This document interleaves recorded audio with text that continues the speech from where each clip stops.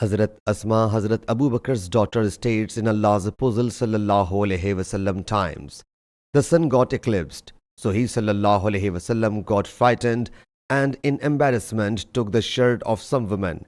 But then he sallallahu alaihi wasallam was brought a chador. After finishing my work, I came and entered the mosque to see Allah's Apostle sallallahu alaihi wasallam standing in the prayer.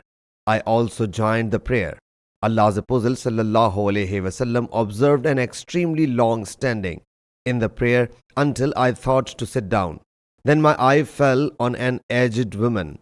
I thought she was weaker than I was, so I remained standing.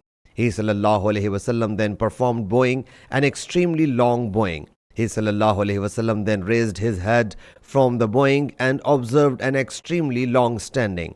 Even if someone would see, he would think that he sallallahu alaihi wasallam had not performed bowing. Sahih Muslim Hadith number 2105.